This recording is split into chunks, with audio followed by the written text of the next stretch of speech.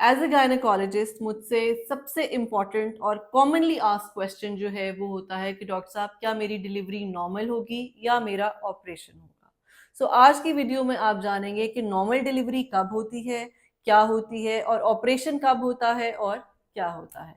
मैं हूं डॉक्टर सादिया मुमताज और आप देख रहे हैं गायनी टॉक्स। सबसे पहले तो एक छोटी सी चीज जो मैं समझाना चाहूंगी वो ये है कि जो डिलीवरी विजाइनल रूट से होती है उसको आप सब लोग नॉर्मल डिलीवरी कहते हैं, चाहे वो जितनी भी एबनॉर्मल हो, चाहे वो जितनी भी कॉम्प्लिकेशंस के साथ हो, उसमें बच्चा कॉम्प्रोमाइज हो जाए, माँ को टेयर्स आ जाए, लेकिन क्योंकि वो विजाइनल रूट से हो रही है जो कि एक नेचुरल रूट है तो उसको नॉर्मल कहा जाता है। और सी सेक्शन वो होता है जिसमें हम आपको के एब्डोमेन पे, लोअर एब्डोमेन पे, आपके बेली बटन से नीचे बिकिनी लाइन से थोड़ा सा ऊपर आपको कट दे के बेबी को निकाल लेते हैं। सबसे पहले हम डिस्कस करते हैं कि सी सेक्शंस क्या होता है और कब होता है। सी सेक्शंस दो किस्म के होते हैं। एक होते हैं इलेक्टिव सी सेक्शंस, यानी जिसमें आपको बताया गया होता है कि आपका सी सेक्शन ही होना है और इस डेट पे होना है।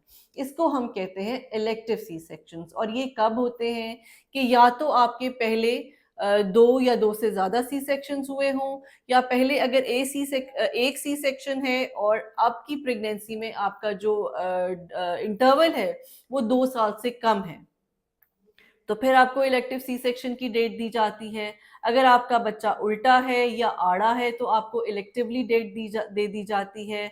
अगर जो प्लेसेंटा है वो नीचे है, यानी कि प्रीविया है, जो कि उसने बच्चेदानी के मुंह को कवर किया है, तो आपको हम इलेक्टिव सी सेक्शन की डेट दे देते हैं। यूट्रस की कुछ अनोमलीज होती हैं जिसमें नॉर्मल डिलीवरी पॉसिबल नहीं होती, तो उसमें आपको जो है आपका सी सेक्शन किया जाता है। कई दफ़ा सर्वाइकल फाइब्रॉइड्स होते हैं, रसौलियाँ होती हैं और वो उस पोजीशन पे होती हैं कि जो कि बच्चे का जो डिसेंट है उसको हैम्पर कर देती हैं, तो उसमें इलेक्टिव सी सेक्शन किया जाता है। अगर आपकी हड्डी छोटी है, जैसे हम 36 से 37 वीक्स पे एक असेसमेंट करते हैं ये देखने के लिए क्या इस हड्डी में से बच्चा गुजर जाएगा, और अब डॉक्टर को लगता है कि हड्डी छोटी है तो भी हम आपको जो इलेक्टिव एक सी सेक्शन है उसको एडवाइस कर देते हैं। या अगर आपकी मल्टीपल प्रेगनेंसीज हैं, जैसे ट्विन्स हैं और ट्रिपलेट्स हैं और उनके लाइज और उनका जो पोजीशन है उसमें कुछ चेंजेस हैं, प्रेशस प्रेगनेंसी है, 8-9 साल के बाद आपने कंसीव किया, 10 साल के बाद कंसीव किया, या पहले कुछ मिस कैरेजेस थे और अब आपकी जो प्रेगनेंसी है वो पूरी चली गई, 9 माह तक चली गई, तो उसमें फिर हम आपको इलेक्टिव सी सेक्शन की डेट के साथ आपको बता देते हैं।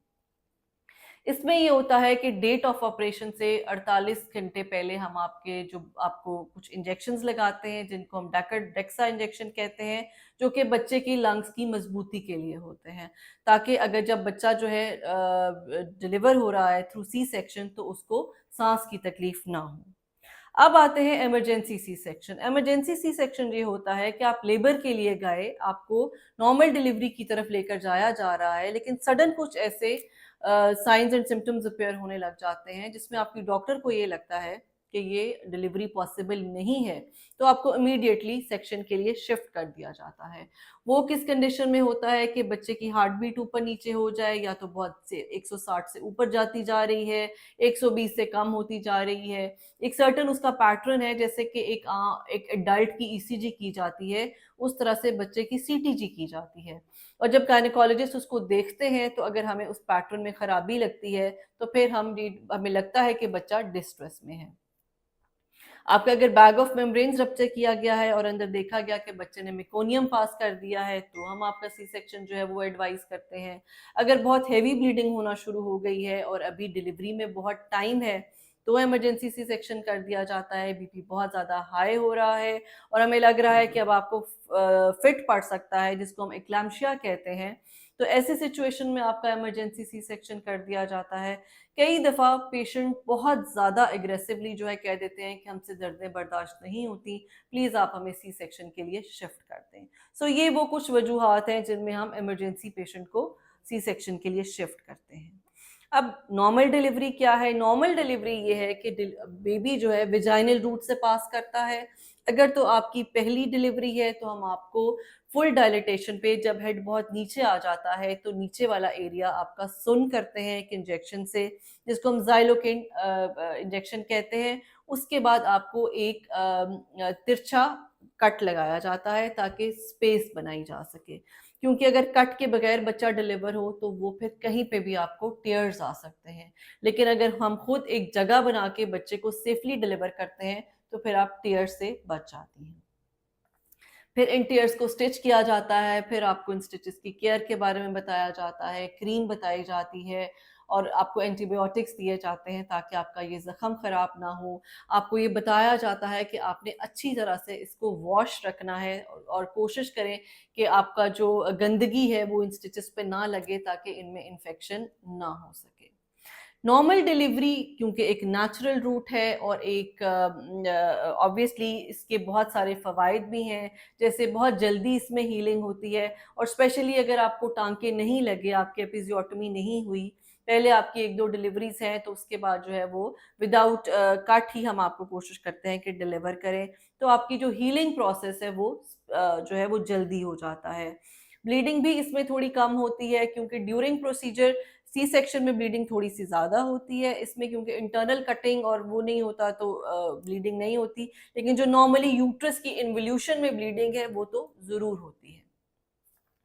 दूसरा, इसमें बच्चा जो है जब एक माँ लेबर पेन्स ले रही होती है तो बच्चे के अंदर नेचुरली सर्फैक्टेंट रिलीज होता है जो बच्चे के जो लंग्स है उसको ऑटोमेटिकली मैच्योर कर देता है, ताकि जब बच्चा डिलीवर होकर निकलेगा और वो रोता है तो उसके फेफड़े जो है वो फूल जाते हैं। जैसे कि मैंने आपको बताया कि जब हम इलेक्टिव सी सेक्शन करते हैं तो उसमें हम 48 घंटे पहले बच्चे को लंग मैच्योरिटी का इंजेक्शन लगाते हैं, ताकि जो सर्फैक्टेंट है जो कि नॉर्मल डिलीवरी के टाइम पे तो रिलीज होता है लेकिन वो सी सेक्शन के टाइम रिलीज नहीं होता। सो नेचुरल जो डिलीवरी है, नॉर्मल डिलीवरी, इसमें हमें वो इंजेक्शन देने की ज़रूरत नहीं पड़ती। बच्चा जो है वो बहुत एक तो नेचुरली रोता है और उसकी जो हेल्थ भी जो है वो as a C section baby थोड़ी बेहतर रहती है। लेकिन अब इस चीज को आपको अंडरस्टैंड करना है कि पर्टिकुलरली अबाउट यू, आपके बारे में बात की जा रही है कि आपका सी सेक्शन बेहतर है या आपकी नॉर्मल डिलीवरी बेहतर है। ये डिसाइड करती हैं आपकी डॉक्टर।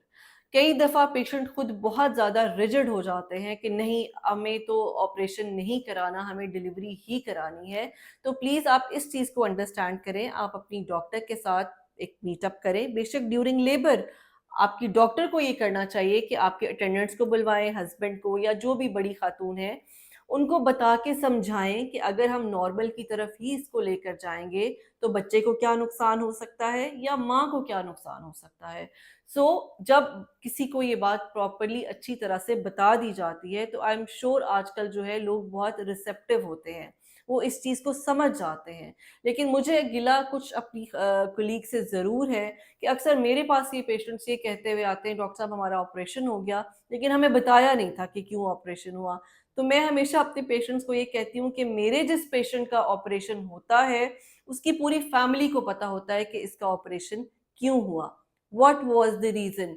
बच्चा कॉम्प्रोमाइज हो रहा था, माँ कॉम्प्रोमाइज हो रही थी, बेसिकली क्या प्रॉब्लम था जिसकी वजह से सी सेक्शन किया गया। और पेशेंट्स बहुत आराम से उस चीज़ को अंडरस्टैंड करते हैं और समझते हैं।